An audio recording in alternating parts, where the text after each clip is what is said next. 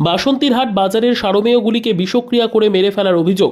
শনিবার বিকেল ৩টে নাগাদ এ বিষয়ে সংবাদ মাধ্যমকে প্রতিক্রিয়া দেন বাসন্তীরহাট বাজার ব্যবসায়ী সমিতির কনভেনার কাশীকান্ত বর্মন, শিক্ষক মিহির সরকার। তাদের অভিযোগ, বাজারের সারমেয়গুলিকে বিষক্রিয়া করে মেরে ফেলা হয়েছে। তারা আরও জানায়, আজ সকালে বাজারে এসে দেখতে পারেন ৩ থেকে ৪টি সারমেয় মারা গিয়েছে এবং মৃত সব সারমেয়গুলির পশ্চাৎভাগ থেকে রক্তক্ষরণ হয়েছে। এছাড়াও বাকি সারমেয়গুলি অসুস্থ অবস্থায় পড়ে আছে। এই নিয়ে সাহেবগঞ্জ থানায় লিখিত অভিযোগ দায়ের করবেন বলেও জানান তারা।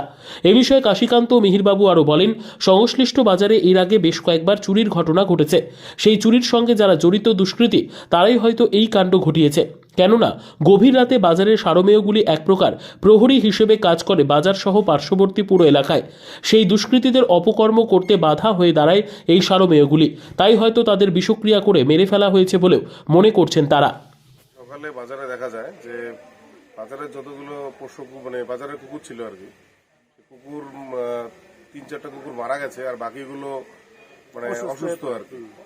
ঠিক আছে, পরে বোঝা গেল যে তারা বিষক্রিয়া মারা গেছে। তারা বাজারের কেউ বা কারা গতকাল রাতে হয়তো খাবারের সঙ্গে বিষ মিশিয়ে কুকুরগুলোকে খাইয়েছে। তো এর জন্য আমরা উপযুক্ত শাস্তির দাবি জানাচ্ছি আর কি। থানায় কি লিখিত অভিযোগ করবেন? লিখিত অভিযোগ করব। তারপরে আরো একটা জিনিস, সেটা হলো এই যে যারা করলো, এটা আমার মনে একটা পূর্ব পরিকল্পিত ভাবে এরা করলো। বাজারে মনে করো রাত 10টার পর এই যে সমস্ত কুকুর বাজারে থাকে, এই বাজারে কুকুর অন্য লোক দেখলে পরে তারা করে, দুষ্কৃতী টাইপের লোক যারা, তাদেরকে তারা করে। আমার মনে হয় এটা কোন দুষ্কৃতির লোকেরই এগুলো কাজ। কি নাম আপনার? ঘটাতে পারছে না। হ্যাঁ, আমার নাম কাশীকান্ত বর্মন। আমি বাজারে কনভেনার। হ্যাঁ, আমি বাজারে আমার দোকান আছে।